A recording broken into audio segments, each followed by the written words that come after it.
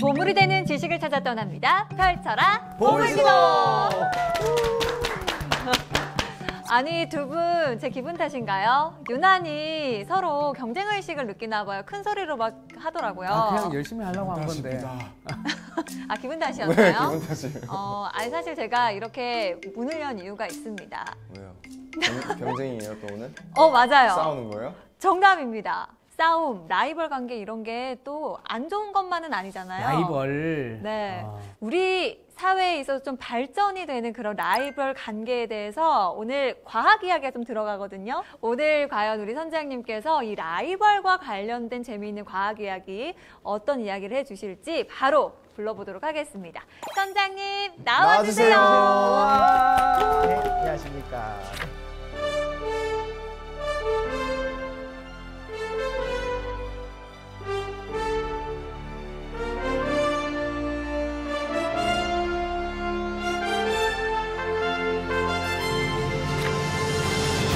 오늘 또 과학과 관련된 라이벌 이야기 해주실 건가요? 네, 맞습니다. 우리가 이제 뉴스페이스 시대라고 하지 않습니까? 네. 지금 우리가 추진하고 있는 수많은 정책 중에서도 우주 관련된 정책들이 있어요. 그리고 전 국민이 관심을 가지고 있었던 뭐 누리호도 있었죠. 누리호. 그 이전에 나로호도 있었죠. 이런 사안들을 보면 우리가 우주 개발을 하고 있는 거는 확실한데 실제로 우주 개발의 역사를 살펴보게 되면 이 두 나라를 떼놓고는 얘기할 수가 없습니다. 바로 미국과 소련의 우주 경쟁, 스페이스 레이스라고 해요. 미국과 소련의 우주 경쟁, 스페이스 레이스를 알아야지만 그때 어떤 일이 일어났는지, 그리고 어떤 영향을 줬는지, 그리고 사실은 그 이면에 어떤 것들이 있었을까 알아야지만 우리도 좀 대비할 수 있는 부분들이 있거든요. 그래서 한번 흥미롭게 역사의 이야기를 해볼까 합니다. 말씀 주신 것처럼 스페이스 레이스라고 하니까 굉장히 흥미진진할 것 같지 않나요? 인욱 씨? 네. 좋습니다. 과연 또 어떤 재미있는 지식항에 떠나볼지 기대를 해보면서 박수로 시작하겠습니다.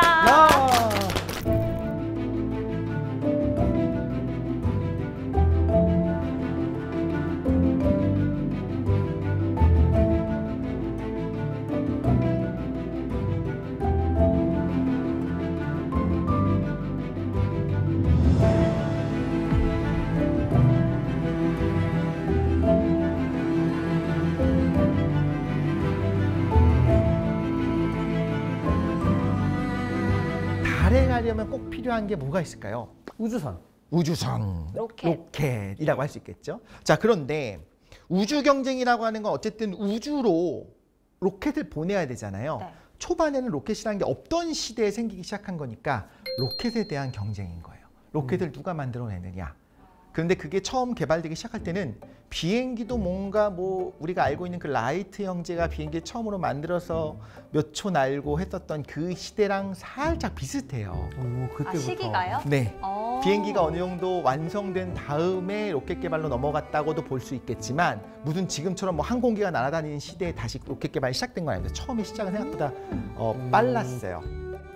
세계 최초로 액체 연료 로켓을 만든 사람이 누구냐면 고체 연료 로켓은 우리가 흔히 말하는 그런 불꽃놀이 로켓 같은 걸 말하는 거고 네. 액체 연료 로켓이 우리가 알고 있는 뭐 휘발유 쓰는 건 아니지만 그런 기름을 쓴다고 했잖아요. 그 액체인 거잖아요. 이걸 만든 사람이 누구냐면 미국의 고다드입니다. 고다드 박사가 있어요. 얼른 보기에도 어설픈데요. 뭔가 그쵸. 정글짐 같아요. 그쵸. 프로토타입 같은 느낌이 있죠. 고다드는 비웃음의 대상이 됩니다. 지금은 고다드 우주센터가 있어요. 미국에서 고다드를 영웅화 시켜주고 있습니다. 지금 고다드 액체 연료 로켓이 의미가 있는 건 아는데 왜 그랬을까도 우리가 생각을 한번 해볼게요. 생각보다 사람들이요 못 되지는 않았어요. 악한 마음을 가지고 사람을 뭐 이렇게 괴롭히고 싶어하는 게 아니라 고다드의 연구를 쓸모없다고 생각하고 필요 없는 연구를 한다고 생각했다는 거예요. 그냥 필요성을 못 느꼈다. 네, 맞습니다. 왜 그걸 도움 안 그럴까요? 된다. 어떤 기술이 중요해질지 아는 건 굉장히 어려운 건데 어떤 분들이 어렵냐면 기존의 기술의 끝판왕을 찍게 되면 그렇게 재미를 본 경우에는 더 다음 세대로 넘어가는 게 힘들어요. 아, 맞아요. 마치 그 필름 카메라 잘 될 때 디지털 카메라로 안 넘어가려고 했던 회사처럼. 그렇죠. 1926년에 저런 모양의 어떤 그 액체 연료 로켓의 프로토타입을 만들어냅니다. 26년이에요. 그렇고 2차 세계대전이 벌어지게 되니까 고다드가 실제로 미국 해군에 들어갑니다. 그래서 거기서 로켓을 연구하겠다라고 연구를 시작해요. 근데 당시에 뭘 사용한 게 낫냐면 저 로켓을 사용하는 것보다 직접 그냥 폭격기가 날아가서 떨어뜨리는 게 훨씬 수백 킬로그램의 수톤의 폭격이 가능한 거예요. 저거 힘들게 보내봐야 연료가 저 80%, 90%거든요. 그럼 끝에 살짝 있는 약간의 그 포기하기 얼마나 힘을 주겠어요. 그런 생각이 들잖아요. 효율성이 그래서 떨어진다. 그렇기 때문에 미국이 관심을 별로 안 두고 지원도 안 하고 심지어 여러 언론이 고다드 박사를 조금 조롱하면서 이야기하기까지 합니다. 등한시했네요.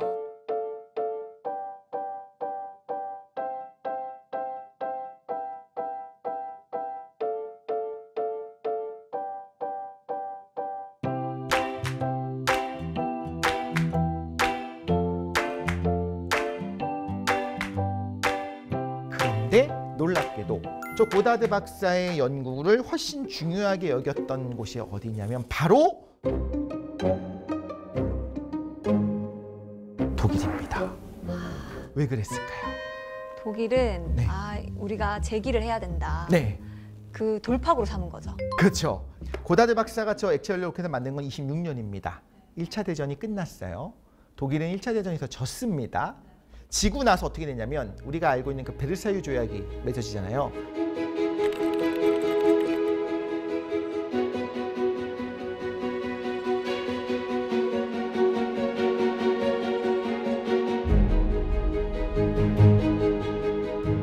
베르사유 조약은 엄청난 독일 입장에서 제약이 불공정 많아졌어. 조약입니다. 일단 천문학적인 전쟁 배상금을 내야 되고 독일의 수많은 영토들이 뺏기고 너희들이 하나가 통일이 되니까 항상 문제가 생겨. 너희들은 10만 명으로 딱 제한을 할 거고 새로운 무기 개발도 금지가 돼요. 항공기 개발을 못하게 막아버립니다. 너무 힘든 거예요. 독일 국민들 입장에서는 우리가 뭘 그렇게 잘못했다고 너무 힘들게. 이게 사실은 베르사유 조약 자체가요. 독일이 재기하지 못하게 하는 게 목표였어요. 자, 이런 상황에서 독일 사람들은 무슨 생각을 계속 하고 있냐면요. 항공기는 전력이 되면 안 된다고 했잖아요. 그럼 그렇구나. 우리가 전쟁에 졌으니까 우리 군대 안 가질래 하지 않겠죠. 네. 억울하잖아요. 독일 입장에서는. 그런데 여기서 베르사유 조약에 뭐가 빠져 있었냐면 로켓은 빠졌었어요. 비행기는 안 된다. 비행기는 안 됩니다. 로켓은 하지 말란 말은 없었잖아. 네네네, 없었어요. 왜냐하면 신무기니까. 그럼 당연히 독일 안에서 어떤 얘기가 나올까요? 로켓 개발해야겠다. 뭔가를 해야겠다. 그래서 로켓 연구회도 만들어지고 굉장히 많은 로켓 과학자들이 이 안에서 활동을 하기 시작하는 겁니다. 나치 독일에서 로켓 개발에 실제로 성공을 합니다. 그건 이제 V2 로켓이라고 하는 그 탄도 미사일을 만드는데 베르너 폰 브라운이라고 하는 사람이 만들게 되는 겁니다. 폰 브라운에 대한 좀 여러 가지 얘기가 있을 수 있습니다만 정말 우주 덕후예요. 어렸을 때부터 너무너무 로켓을 만들고 싶어 했고 너무너무 달로 사람을 보내고 싶어 했고 과학 로켓을 만들고 싶었던 것도 사실인데 그 당시에 엄혹한 현실 속에서 로켓 연구를 할 수 있는 방법은 뭐밖에 없었냐면 군대 들어가서 그 군에서 주는 로켓을 만드는 거예요. 근데 그 군이 어디 있냐면 나치 독일의 군이었던 거죠.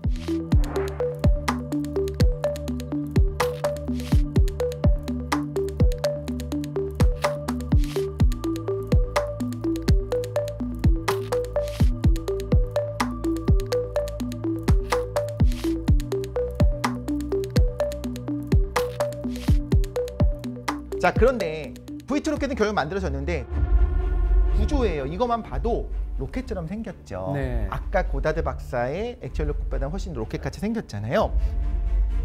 자, 로켓이라면 가져야 될 것들이 있어요. 첫 번째는 연료가 있어야 될 거고요. 네. 연료. 이거를 공기 중에서 태우는 게 아닙니다. 공기에 있는 산소를 갖고 태우는 것이 아니라 산화제가 있어야 돼요.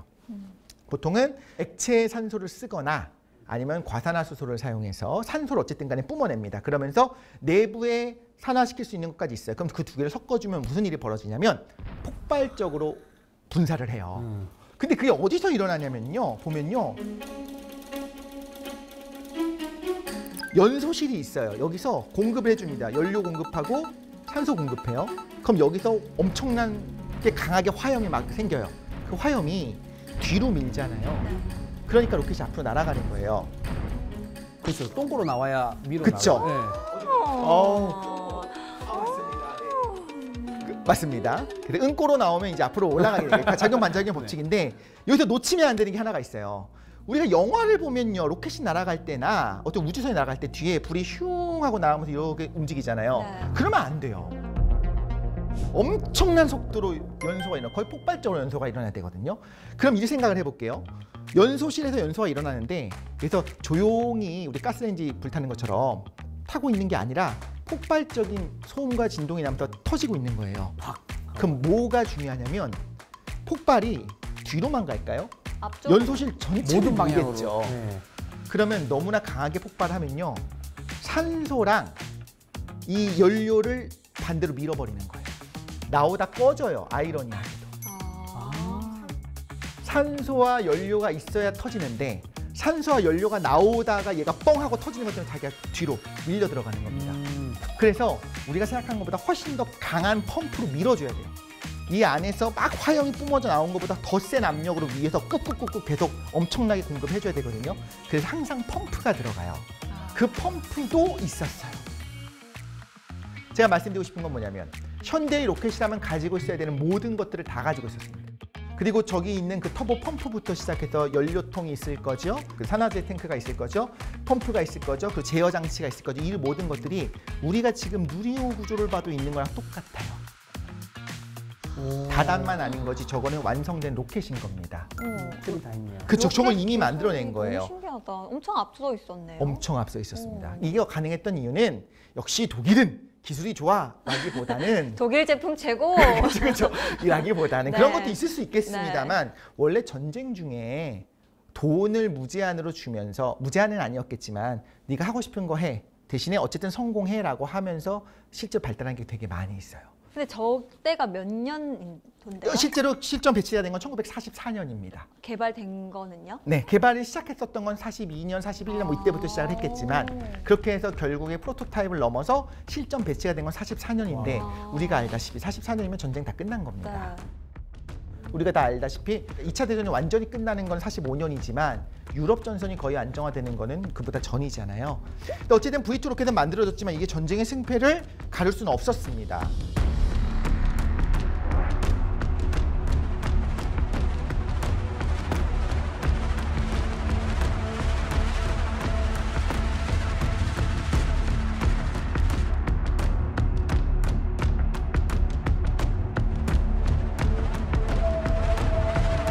중요한 건 뭐냐면 이때 V2 로켓이라는 게 있다는 걸 알았고 이걸 미국과 소련이 눈여겨봤어요.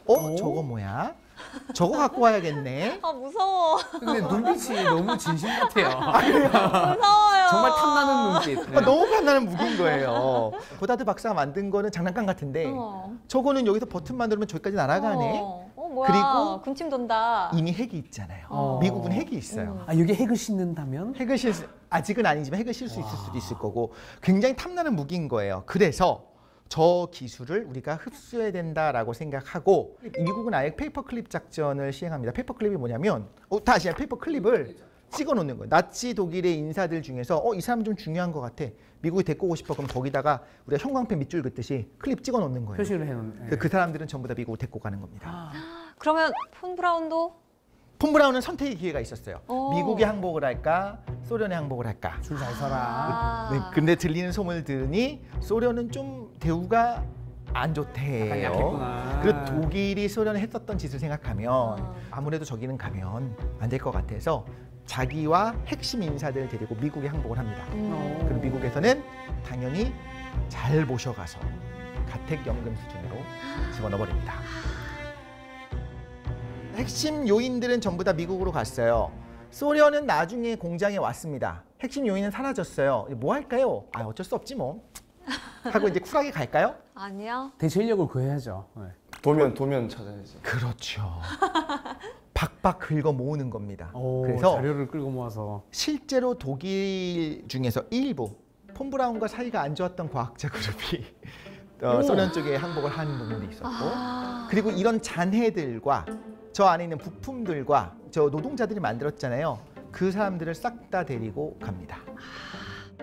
더 많은 양을 가지고 가요. 물론 핵심은 폰 브라운 박사와 함께 갔지만 빠른 시간 안에 뭐 일주일 안에 모든 걸 뭐 다 챙겨라라고 했을 때 우리가 다 챙길 수 있을까 쉽지 않잖아요. 소련도 굉장히 많이 데리고 가게 되고요. 실제로 소련도 도움을 많이 받게 됩니다.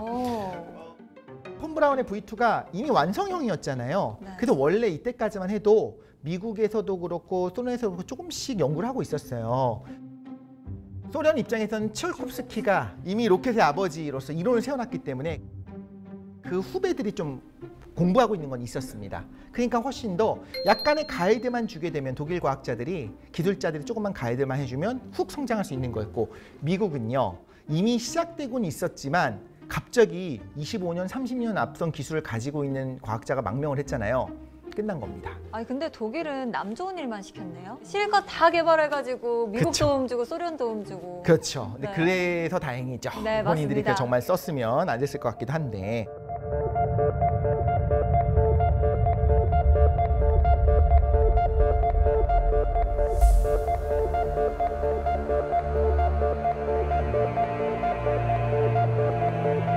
자, 미국이 폰 브라운을 데리고 갔습니다. 가택연금 수준으로 가둬놨다고 했죠. 미국의 정치인들 입장에서 어떻게 하고 싶을까요?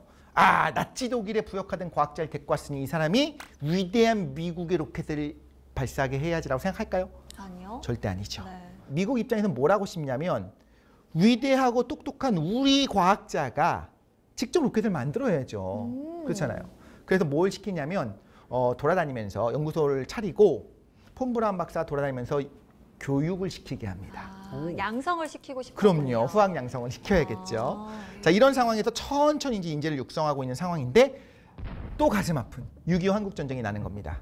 그럼 안 되겠다. 이렇게 천천히 개발할 때가 아니네. 그래서 폰 브라운 박사가 육군에 들어가서 사실상 V2 로켓을 개량한 레드스톤 로켓이라고 하는 군용 로켓을 만들었어요. 거기까지 만들었어요. 자기 만든 거니까요. 자, 그런데 이거는 탄도미사일 군용 로켓이잖아요. 군용 로켓으로 우주 개발을 위한 로켓이다라고 하기가 조금 민망하잖아요. 요건 요거고 우리 트랙으로 가자. 미국 입장에서 어떻게 했냐면 평화로운 우주 개발을 위해서 과학 로켓을 우리가 만들 거다라고 이제 여유롭게 만들겠다고 선언을 합니다. 55년이 됐습니다. 지구 궤도에 이제 소형 위성을 하나 올리는 거 로켓 우리가 만들 겁니다라고 57년에 발사하겠습니다라고 선언을 해버려요. 미국에서요? 네, 어. 2년 남았습니다. 2년 정도면 뭐 여유 있게 만들겠지 뭐 이렇게 생각했던 것 같아요. 사실상 기술이 좀 차이가 났었는데, 자 그래서 어떤 로켓을 쏠 거냐? 폰 브라운 박사가 만든 그 군용 로켓 레드스톤 로켓을 사용할 거냐? 아니면 우리 미국 과학자들이 만든 미국의 해군의 과학자들이 만든 벵가드 로켓을 할 거냐? 이제 끝까지 접전을 벌이다가 벵가드 로켓을 하기로 합니다. 그럴만하죠. 나치 독일은 사라졌고요. 이제 경쟁자가 없는 상황이니까 미국은 여유 있게 그렇게 하기로 결정을 합니다.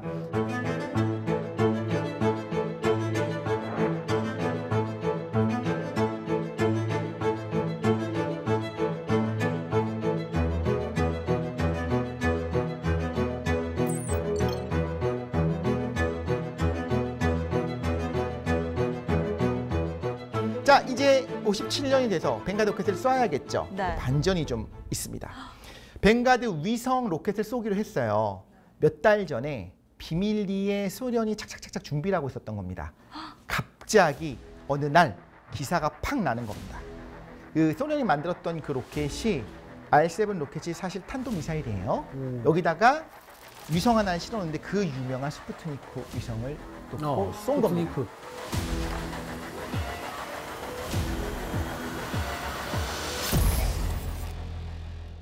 스푸트니크 1호가 올라갔어요. 어떻게 생겼느냐? 위성이 뭐 별거 없습니다. 저렇게 생긴 게 다예요. 참 동그랗고 예쁘고 반짝거리고 해맑게 생겼죠? 자, 이런 위성을 하나 쐈습니다. 그리고 그거를 발표를 해버려요. 야, 미국 입장에서는 좀 안일하게 생각했다가 하루아침에 너무 놀랐을 것 같아요. 깜짝 놀라는 거죠. 네. 이걸 할 수 있는 능력이 있을 것도 몰랐고 개발하는지도 몰랐어요, 미국은. 그러니까 미국은 지금 2년 전에 뭐 하겠다고 발표까지 해놨는데 그렇죠. 소련은 발표 안 하고 있다가 맞습니다. 안 한 이유가 뭘까요? 비밀리에 하려고. 비밀리한 이유는 실패할 수 있으니까요. 아. 소련은요. 실패가 용납되지 않는 사회였어요. 무섭다. 인민들의 위대한 힘을 모아서 한 요 연구가 실패할 수가 없어. 실패하면 가만두지 않겠어. 정신력으로 되는 거죠. 실패했으면 너가 연습을 열심히 안 한 거예요. 이 스푸트니크 1호가 올라간 다음에 발표를 했고 실제로 수신을 합니다. 미국이 난리가 나요. 스푸트니크 쇼크라고 하는 이름이 붙었어요. 그 사회 현상이 엄청나게 나타나게 되는데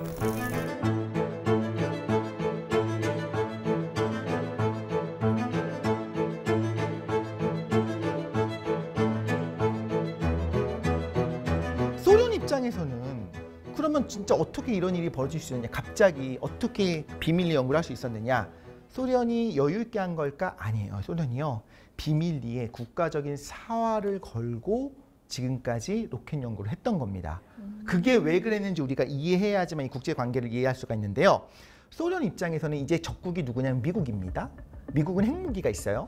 소련도 핵무기를 만들었어요. 그런데 미국을 공격할 수단이 없어요. 이미 제공권은 미국이 다 가지고 있는 상황입니다. 지도를 하나 볼게요. 빨간 데가 그 공산 진영이고요. 파란색으로 있는 데가 흔히 말하면 자유주의 진영이라고 해야겠죠. 자, 이 지도 상황을 생각을 해보자면 소련 입장에서는 폭격기에다가 핵을 싣고 가는 건 불가능해요. 그러면 로켓을 갖고 우주 공간으로 띄워서 우주에서 아래로 내려 꽂히게 만들어야지만 미국을 공격할 수가 있는 거예요. 미국의 레이더망에서 사라져버리자. 레이더망에서도 사라지고 일단 저 우주 공간으로 나가서 내려 꽂히는 거는 요격이 불가능해요. 그것만이 살 길이다. 그렇죠. 이거밖에 없다. 이게 아니면 소련 입장에서 인민의 국가가 저 자본주의 돼지들한테 우리 그냥 핵공격 받아 죽게 되는 거예요. 그러니까 목숨 걸고 개발을 시작하게 되는 거죠. 근데 미국은 당연히 탄도미사일 개발할 필요가 별로 없고 천천히 하면 되는 상황이었던 거죠. 자, 어쨌든 이런 상황입니다. 그래서 아예 로켓 개발 자체도 일찍 시작을 했고요.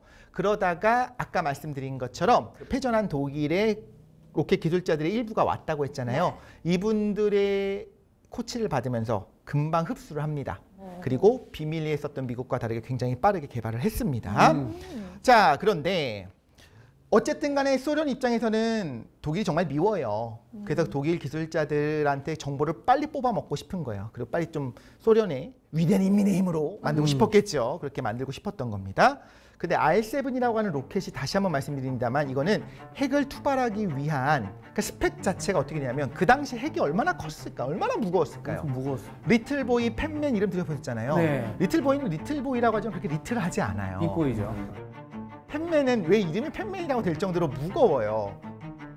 그래서 그걸 넣기 위해서 변기창을 굉장히 개조를 해야 될 정도로 엄청나게 무거운 폭탄이 들어가 있는 상황인 거예요. 그럼 소련도 그런 식으로 만들었거든요. 이거를 실어 나르기 위해서는 로켓이 강력해야 되잖아요. 그래서 R7 로켓은요, 처음부터 강력한 로켓이었어요.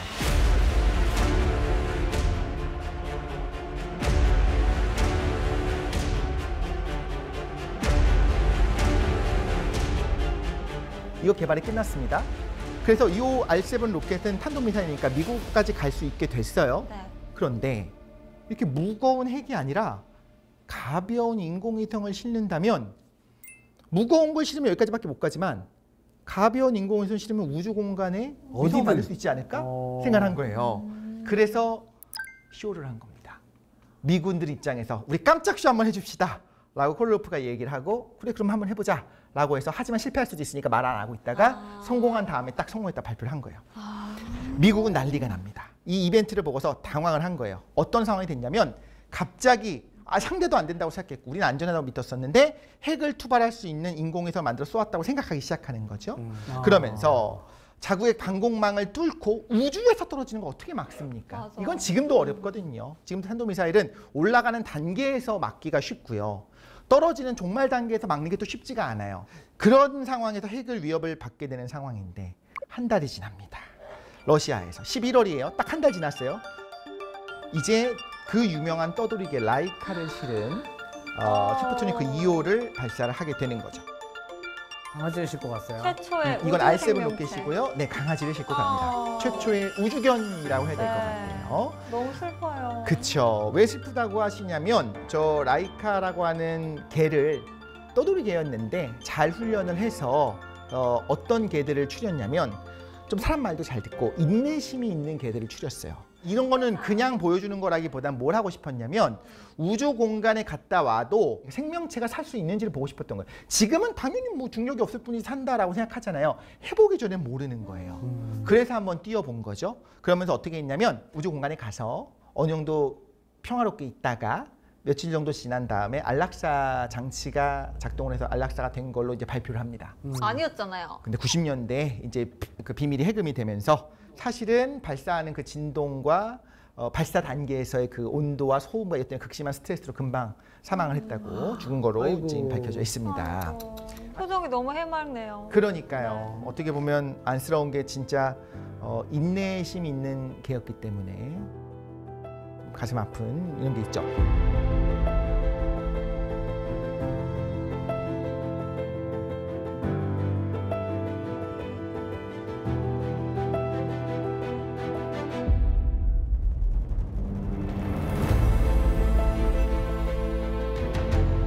자, 어쨌든 이 상황이 됐어요. 지금 상황이 어떻게 됐냐면요. 미국은 우리가 벵가드 로켓을 쏘겠다고 했고 네. 자신 있게 이제 발표를 했는데 쏘기 2달 전에 갑자기 최초 인공위성도 소련이 쐈고 그리고 우주 생명체도 소련이 한 겁니다. 최초를 2개를 다 가져갔어요. 그렇죠. 그럼 미국이 이제 뭐라도 해야 되는 부랴부랴 바로 해군이 개발한 벵가드 로켓을 발사하기로 했습니다.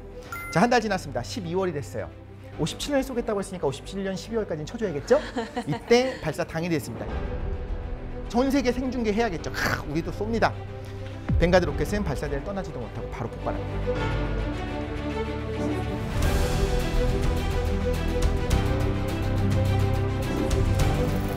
생중계된 완전 거예요. 전 세계적으로 대망신을 당했네요. 어떡하죠? 어떨 것 같아요? 여러분이 그 개발자라면. 일단 도망갈 것 도망가야지. 같습니다. 아무리 있으니까. 공산주의 아닌데도 네, 그렇죠. 네, 도망갈 것 같습니다. 진짜 저도 와 네. 그거 보면 사색이 됐을 것 같아요. 완전 진짜 뭐라도 해야만 하는 상황이 되겠잖아요. 이런 뭐라도 해야만 되는 상황이 됐을 때 뭘 할 거냐. 원래 생각했던 거는 아니 우리 순수 미군의 힘으로 과학 로켓을 만들어야지. 이런 게 어디 있습니까? 뭐라도 빨리 쏴야죠. 다시 폰 브라운 박사 바로 부릅니다.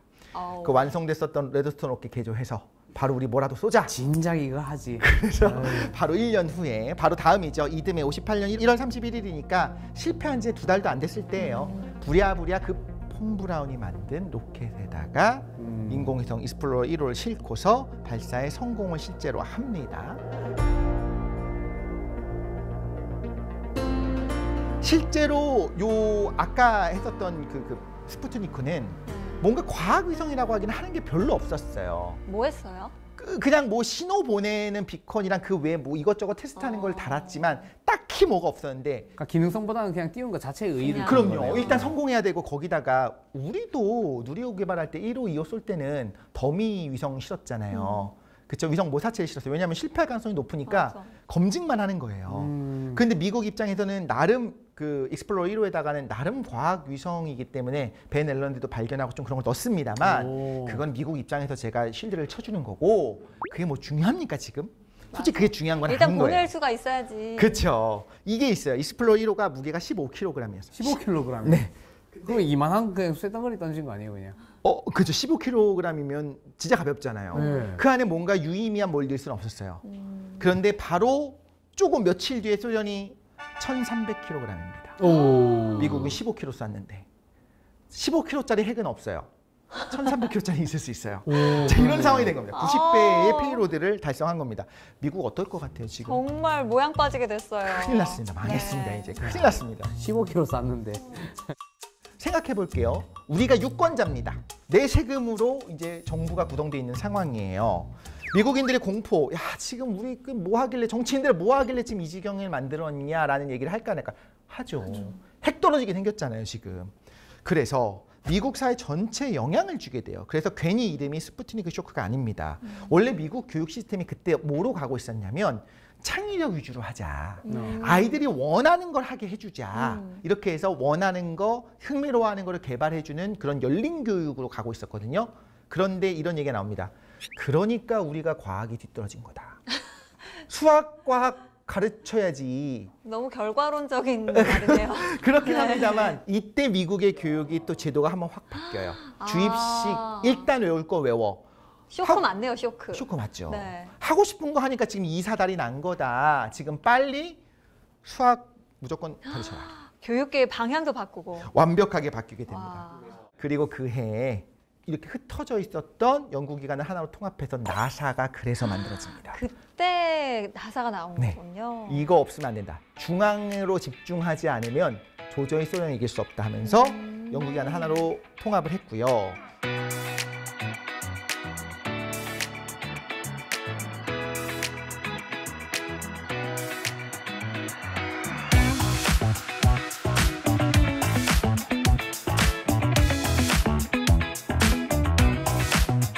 근데 이제 나사가 출범을 했지 않습니까? 그렇다고 해서 미국이 승승장구를 발라할 수 있었던 건 아니었죠. 그런 상황이었고 이미 아까 말씀드린 것처럼 나사는 출범했지만 이미 격차가 너무 커져 있었던 상황입니다. 61년이 됐습니다. 4월 12일 너무 유명한 최초의 우주인 유리 가가린이 유리 가가린. 우주 공간에서 이제 궤도 비행에 성공을 하게 이야. 됩니다. 최초의 우주인조차도 사람이 간 것조차도 소련이 해버렸어. 소련이 했다. 이게 굉장히 컸던 거예요. 최초의 인공위성도 최초로 사람이 나간 것도 소련이. 그리고 미국은 생중계로 폭발했고 아, 지금 유리 가가린이 갔었던 건 뭐냐면요. 지구를 인공위성처럼 돌았어요. 이건 궤도 운동을 했다는 건데 이게 중요합니다. 왜 그런지 말씀을 드릴게요. 4월 12일에 했어요. 미국 입장에서는 더 이상 뒤떨어진 거 보이면 안 되거든요. 바로 5월 달에 앨런 셰퍼드를 미국 우주로 보내는데 어떻게 되냐면 탄도 비행입니다. 그냥 올라갔다 내려오는 거예요. 한 바퀴 도는 거랑 달라요. 올라왔다 그냥 내려온 탄도 비행을 하는 겁니다. 좀 그렇죠. 이제 미국의 언론은 야 이것이 진정한 애스트로너시아라고 이야기를 하지만 이건 약한데. 사실 약한 부분들이 좀 아주 있습니다. 진짜 궤도 비행을 한 거는 1년 후입니다. 1962년이 돼서 존 글렌이 처음으로 그걸 하게 됩니다. 자, 지금 상황을 볼게요. 미국이 소련을 앞선 게 뭐가 있냐? 없어요. 없어요. 인공위성, 첫 생명체, 첫 우주인 전부 다. 우주로 올릴 수 있는 중량도 소련이 훨씬 더 크죠. 이것뿐만 아니라 지금 다른 탐사들을 계속 같이 하고 있어요. 예를 들자면 최초의 태양 궤도 인공위성 있죠? 네. 지구를 도는 거 말고 태양을 돌게 하는 거. 그것도 소련이 쏩니다. 오. 근데 루나 1호예요. 이건 흥미로운 게 있으니까 말씀드릴게요. 루나 1호. 루나 하면 근데 왜 루나 이러지? 달 궤도를 만들려고 했는데 실수로 지나쳤어요. 그래서 그냥 태양 궤도를 돌아버렸어요. 아, 그래요? 하지만 어쨌든 귀엽다. 성공했죠. 꿀. 그래서 태양 인공위성의 최초도 소련이고요. 최초로 달에 도달한 것, 착륙은 아니고 부딪혀서 사라졌지만 도달한 것도 루나 2호였고요. 부딪혀서 사라졌단 소련이었고요. 말은 그냥 바로 폭발했다는 말인가요? 그렇죠, 그렇죠. 네. 그런데 그것도 도달했다는 것도 의미가 있는 거예요. 자, 요게 뭐냐면 달의 뒷면 사진입니다. 달은 우리가 뒷면을 못 봐요. 한 면만. 앞면밖에 안 보죠. 동주기 자전 때문에 그런 건데 항상 내 얼굴을 보면서 돌고 있는 겁니다. 네. 살 뒤에 뭐가 있을지 궁금하잖아요. 토끼가 살죠. 토끼는 앞면에 살 것 같긴 하죠. 뒷면에 살 수도 있겠네요. 나치의 비밀 기지가 있다느니 외계인의 기지가 있다느니 뭐 이런 얘기가 있습니다만 저 달 뒷면을 촬영해서 보낸 것도 루나 3호 소련입니다. 오. 도대체 미국 뭐 하고 있는지 모르겠죠. 우주 궤도를 돌던 우주견이 최초로 다시 무사 귀환을 한 것도 소련이 최초예요. 오. 살아서 돌아왔어요? 네, 그것까지도 다 소련이 했습니다. 최초의 타이틀이 소련이 훨씬 많거든요.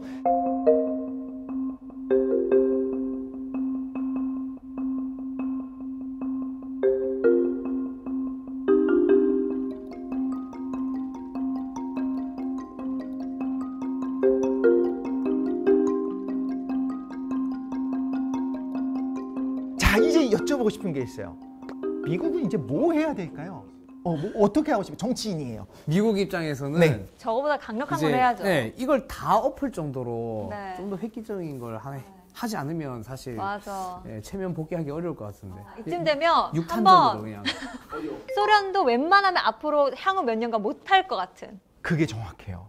만약에 저게 이루지 못했는데 저기 할 계획이 없었을 수도 있지만 그거 별로 중요하지 않아요. 어쨌든 내가 뭔가를 계획을 딱 세워야 되는데 나도 못하고 적도 못하는 거야 되는데 저기 나보다 빨리 하면 안 되니까 좀 멀리 있는 걸 해야 돼요. 어려운 걸 해야 돼요. 그러면 내일에 내가 힘내면 되잖아요. 그렇죠. 일단 하겠다고 공수표를 보이고 무책임해. 그 예를 들면 전 이렇게 생각했습니다. 덧셈도 뺄셈도 옆집 아이가 우리 아이보다 잘해요. 네. 빨라요. 그러면 구구단을 누가 외는지 경쟁하면 아마도 옆집 애가 더 빠를 가능성이 높아요. 네. 그러니까 처음부터 미적분으로 경쟁하는 거예요. 야. 괜찮은 이야기죠. 좋다. 사실 까불지 무조건 못하게. 우리가 먼저 할 거야라고 자꾸 발표를 해버리는 겁니다. 네. 그걸 해야 되는 상황이어서 존 F 케네디가 1962년 9월 12일 라이스 대학에서 그 유명한 연설을 하는데 유명한 문장이 이거죠. 아마 아실 거예요. 우리는 달에 가기로 결정했습니다. 우리는 10년 안에 달에 가고 그 외에 또 다른 일들도 하기로 했는데 쉬운 일이기 때문이 아니라 어려운 일이기 때문입니다. We choose to go to the moon in this decade and do the other things, not because they are easy, but because they are hard. 있어 보이고 멋지죠. 그러면서 있어 보인다.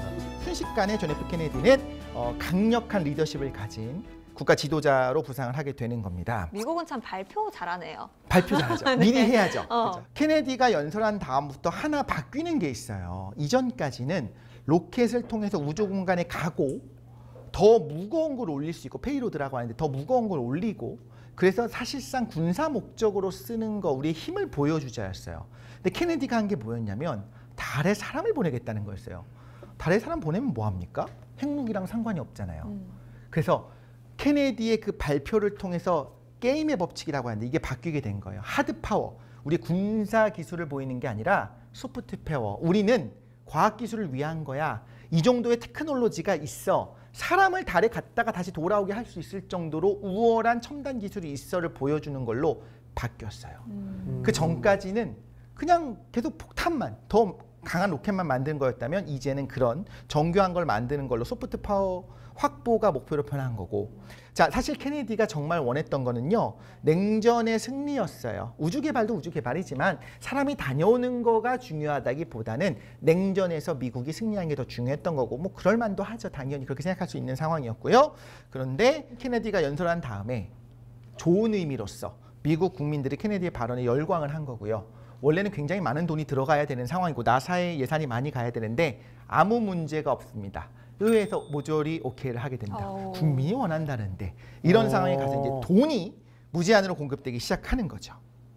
그러면 이제 결국엔 미국이 우리가 알고 있듯이 자신의 말을 지켜서 달에 사람을 먼저 보내게 되는 거죠. 자, 이렇게 프로젝트가 시작을 하게 됩니다. 원래 미국이 어떤 계획들이 있었냐면요.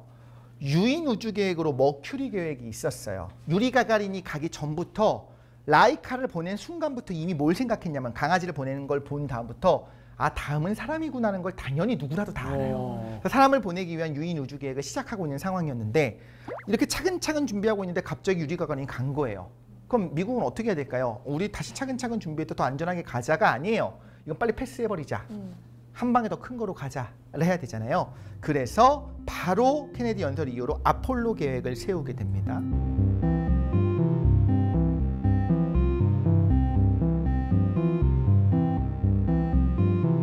아폴로 계획을 세우기 위해서 이제 여러 가지 다른 재미니 계획을 통해서 과연 아폴로 계획을 실현할 수 있는지를 하나씩 세우기 시작해요. 한 방에 달로 가서 사람이 착륙하고 돌아온다는 쉽지 않잖아요. 네. 어떤 과정이 있을까 생각해보면 되게 합리적인 방식으로 세우게 돼요. 자, 말씀드려볼게요. 일단 달로 사람을 보내야 되니까 거대하고 강력한 로켓을 만들어야겠죠. 그러니까 로켓 만드는 거 하나. 로켓도 로켓이지만 사람을 생존하게 하고 조종하게 하고 이런 또 다른 기술들이 필요하잖아요. 예를 들면 과연 장기적으로 일주일, 2주일 동안 사람이 우주 공간에 있어도 괜찮나? 굉장히 면역력이 떨어지거나 암에 걸리거나 이럴 수도 있잖아요. 이거 한번 테스트 한번 해봐야겠죠. 우주선 바깥으로도 나갔다 들어와야 돼요. 우주선 안에만 있으면 안 돼요. 착륙했다 올라와야 되니까 우주 유영도 한번 해봐야겠죠. 우주선 두 개가 랑데부라고 해요. 이렇게 근처에 조우하는 것까지 이게 두 개 같이 가면서 조우하는 기술이 필요해요. 이 랑데부 기술도 한번 해봐야겠죠. 그 다음에 실제로 랑데부 상황에서 붙어서 도킹하는 것까지도 해봐야 됩니다. 이런 거 하나하나를. 많다. 그죠, 갈 길이 많죠. 네. 이런 것들을 확인하는 기술들을 제미니 계획에서 다 하나씩 하게 되고요. 자, 일단 세턴 V 로켓을 만들었습니다. 누가 만들었냐면 폰 브라운이 만든 세턴 V는 이제 있어요. 강력한 로켓을 만들었어요. 그 다음에 이제 아폴로 계획을 통해서 달로 가는 과정을 하나씩 확인을 하는데 예를 들면 이렇게 갑니다. 세턴 V 로켓에 사람을 직접 태웁니다. 세턴 V 한번 보여드릴게요. 아, 멋지게 생겼죠. 이야, 진짜 거대한 물로켓 같아. 진짜 큽니다. 세턴이 실제로 저 로켓을 쏘기 시작했었던 거는 아폴로 계획 1호부터 처음부터 시작했던 건 아니고 중간부터 시작하게 되거든요.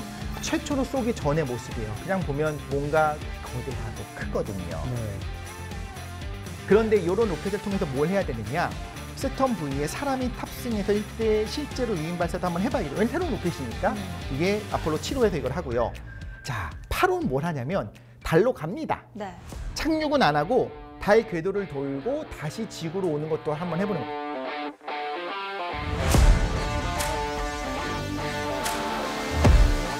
하나하나 해보는 거예요. 우리 어린아이들이 보통 심부름을 갈 때 현관까지 갔다 와보고 문 열고 나갔다가 놀이터에서 다시 와보고 이렇게 하다가 점차 자기의 구역이 넓어지면서 학교도 왔다 갔다 하는 거잖아요. 이게 7호, 8호, 9호, 10호 가서 그 다음에 이제 11호에서 우리가 알고 있는 그 위대한 달에 착륙하는 순간이 나오게 되는 건데 와우.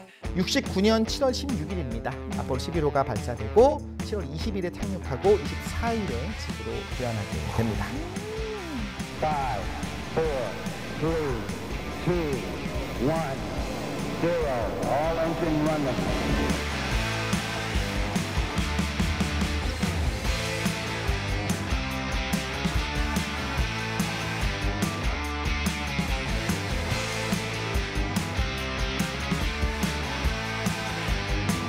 자, 아폴로 11호의 사령관이 닐 암스트롱이죠. 유명하죠. 그리고 최초 달에 발을 내디딘 분이 되는 건데, 자, 이 장면이 뭐냐면요. 사령선에서 한 명만 남고 두 명이 저 착륙선에 타고 내려가는 겁니다. 그 장면을 이제 쓸쓸하게 찍은 겁니다. 누가 찍었느냐? 달로 내려가지 못하고 달 궤도에 돌고 있었던 마이클 콜린스가 사령선 조종사예요. 이 조종사가 직접 찍은 겁니다. 저 안에는 지금 버즈 올드린과 닐 암스트롱이 같이 있는 거죠. 암스트롱은 사령관이고요. 버즈 올드린은 달 착륙선의 조종사예요. 지금 같이 내려가고 있는 상황이 된 겁니다. 같이 못 내려가서 되게 아쉬웠을 것 같아요. 그럴 수 있을 것 네. 같아요. 그리고 우리가 잘 모르는 하나의 영웅인 거예요. 자, 닐 암스트롱은 달에 내려갑니다. 이야. 자, 달에 내려가는 장면과 작업하고 있는 장면. 근데 이제 흥미로운 건 저 왼쪽에 달에 내려가고 있는 건 누굴까요? 닐 암스트롱이 아니겠지요. 저걸 찍은 사람이 있잖아요. 그래서 저거는 닐 암스트롱이 직접 그 버즈 올드린을 찍은 겁니다. 올드린이 내려가고 있는 상황인 거고, 암스트롱은 이미 내려와서 사진을 찍고 있는 거고, 오른쪽 사진은 뭐냐면 그 버즈 올드린이 닐 암스트롱이 저기서 일하고 있는 거.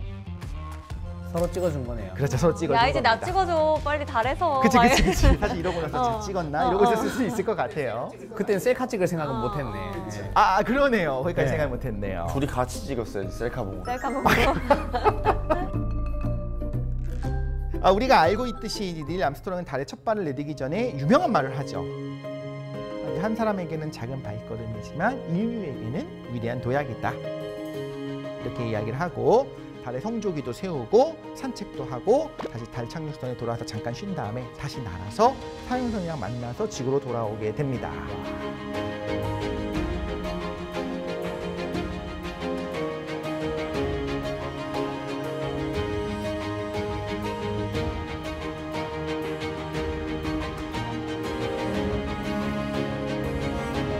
자, 아폴로 11호는 성공을 하게 되고요. 나사가 이런 생각을 합니다. 재사용이 가능한 우주선은 그래도 좀 괜찮지 않을까. 돈이 좀 적게 들니까. 그래서 이걸 만들어야겠다 생각해서 그 이후로 우리가 알고 있는 유명한 저 우주왕복선 스페이스 셔틀로 가게 되죠. 스페이스 셔틀 정말 좋아하는, 멋지잖아요. 이런 우주왕복선 프로젝트에 집중해서 만들어냅니다. 근데 이게 왜 만들었냐면요. 유인 화성 탐사가 목적이었어요. 그럼 화성으로 가야 되잖아요. 그럼 많은 물자가 필요해요. 일단 지구 궤도에다가 많이 띄워놓는 거예요. 만남의 광장처럼 거기다 쌓아놓는 거예요. 히말라야 에베레스트산 갈 때 그 기지들, 베이스 기지 캠프가 있는 것처럼 다 쌓아놓으려고 하는 거예요. 그러니까 저건 커요. 엄청난 양을 위로 올릴 수 있는 거대한 우주선을 만들어 놓은 겁니다. 그런데 화성 탐사를 왜 합니까? 그 당시에 유인 화성 탐사 당연히 취소됩니다. 그럼 저렇게 거대한 건 만들어 놨는데 쓸 데가 없어요. 근데 한 번 발사할 때마다 비용은 꽤 많이 들어갑니다. 좀 위험하기도 했어요. 사실 2번이나 폭발 사고가 있었거든요. 하나는 귀환할 때 폭발하기, 그러니까 공중분해에서 사라지고, 하나는 올라가다 챌린저 폭발 사고가 있었죠. 사실 저 굉장한 기술이 집약된, 지금 생각해도 야, 저 어떻게 만들었지 싶을 정도의 기술이 집약된 거였지만 거대한 우주정거장도 없죠. 거기다 많은 물자를 쌓을 일도 없죠. 그러니까 약간 비유하자면 이런 것 같아요. 신혼부부가 신혼 초에 우리 애기 많이 나와서 캠핑 많이 다니자 해갖고 패밀리카로 45인승 고속버스를 산 거예요. 탈 일이 없어요. 그러니까 결국엔 저 프로젝트도 막을 내리게 되죠. 지금은 우주왕복선 쏘지 않습니다.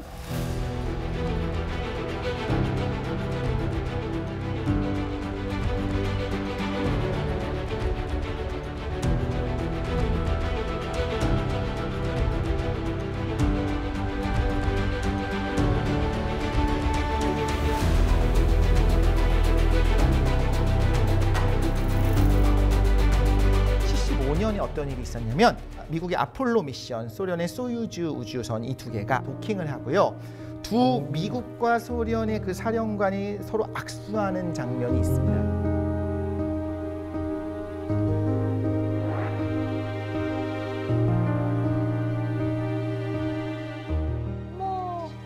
와. 이제 끝난 거예요. 이제 경쟁은 사실상 저때 공식적으로 끝난 거고 이제 우주를 경쟁으로서가 아니라 협력으로 나아가자라고 하는 저 상징적인 장면이 있지 않습니까? 네. 자, 이제 결론으로 좀 가볼게요. 미소 우주 경쟁에서 승리한 건 누구냐? 미소 우주 경쟁은 이미 미국이 승리했다고 우리가 생각하죠. 그리고 심지어 소련은 붕괴를 해버렸죠. 하지만 저때 엄청난 첨단 기술이 들어간 건 맞지만 그 세턴 5 어떻게 됐지? 없어졌어요. F1 그 엔진, 엄청난 엔진이 있습니다. 그 엔진을 복원을 힘들게 했어요. 그 설계도가 없었거든요. 그러니까 저 때도 미국도 절박하니까 하나하나 사람이 만드는데 하나하나 그거를 아카이브화 시켜놓지 않은 거예요. 우주왕복선 프로젝트 취소됐죠. 근데 저 당시 만들었던 소련의 로켓은 아직도 쓴다고요. 이렇게 생각을 해봤을 때 소련이 더 잘했다 못했다 이걸 말하는 것이 아니라 우리가 생각하는 것처럼 미국이 압도적인 기술로 성공하고 소련은 완벽하게 패배했다라고 볼 수 있을 것인가 잘 모르겠어요. 그 부분은. 그리고 처음부터 이 우주 경쟁 자체가 평화의 목적은 아니었던 부분도 분명히 있는 겁니다. 하지만 지금 이제 뉴 스페이스 시대가 됐지 않습니까? 그 뉴가 들어간 거의 핵심 중에 하나는 좀 민간으로 넘어갔다라는 개념도 있는 것 같아요. 우리가 모두가 알고 있는 것처럼 일론 머스크의 네. 스페이스X가 워낙 잘 나가고 있죠.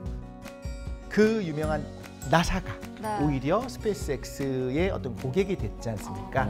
제가 아는 게 맞다면 스페이스 X가 쓴 로켓 우주 발사체를 나사가 네. 쓰겠다고 맞습니다. 했다는데. 그걸 이용해서 사실 나사가 첨단의 로켓들을 계속 만들고 있는데 지금 차세대 로켓을 기획하고 있었던 게 있어요. 근데 그거 이상의 멋지고 신뢰성이 높은 로켓을 이미 민간 업체가 만들어버린 거예요.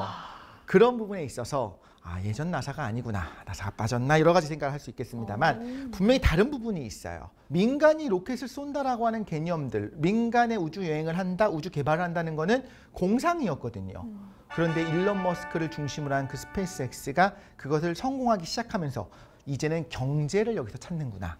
정말로 여기서 경제성을 찾고 정말 우주 개발을 통해서 인류를 위한 거를 하려는 시도들이 시작됐어요.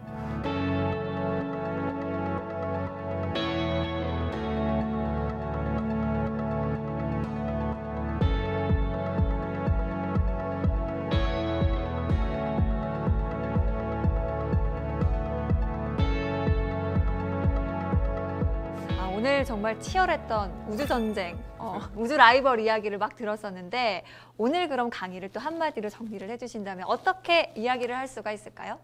우리나라 입장에서도 계속 우주로 나아가려고 하는 시도들이 그냥 대충 눈치 봐서 하는 게 좋은 거 하는 게 아니에요.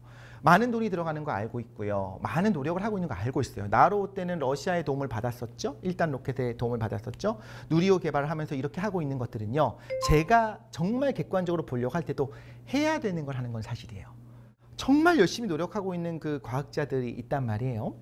이분들이 우리는 항상 잘해요. 정말 열심히 노력하기 때문에 적은 예산으로도 항상 성공해 왔어요. 이걸 좀 당연하게 여기는 게 없잖아 있거든요. 실패해도 용인할 수 있는 상황이 돼야 되는데 실패할 때마다 쏟아지는 그 비웃음들, 저럴 거면 미국은 옛날에 했던 거, 지금 미소 우주 경쟁에서 얼마나 많은 실패들이 있었는지 그리고 어떤 노력들을 했는지 우리가 봤잖아요. 이런 상황에서 우리가 어떤 태도를 취해야 되는가, 그리고 국민들이 어떻게 응원해 줘야 되는가 할 때 어쩌면 각자의 판단이 다 다를 거고 다 옳습니다만 미소 우주 경쟁을 보면서 우리가 한번 생각을 모을 수 있으면 좋겠다 싶어서 준비를 했습니다.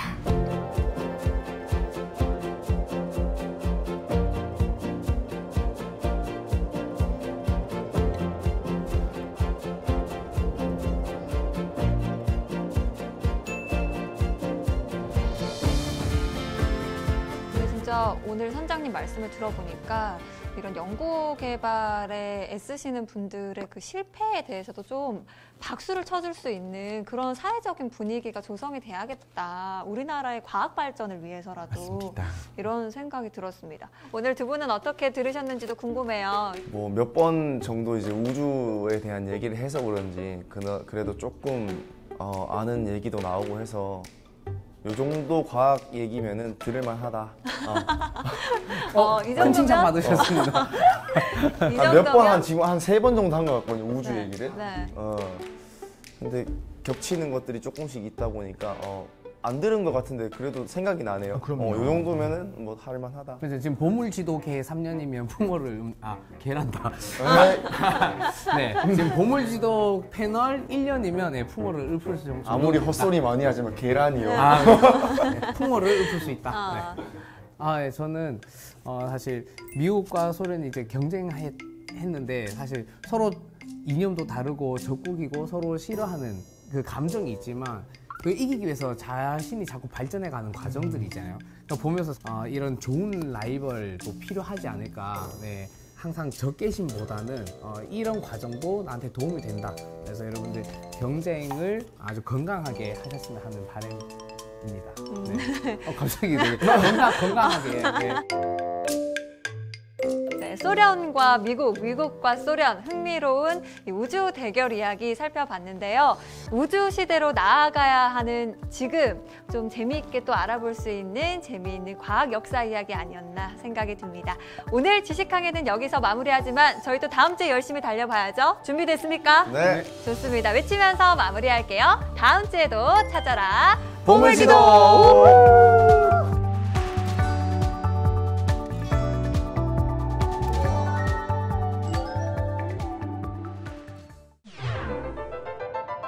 클래식이 뭘까요?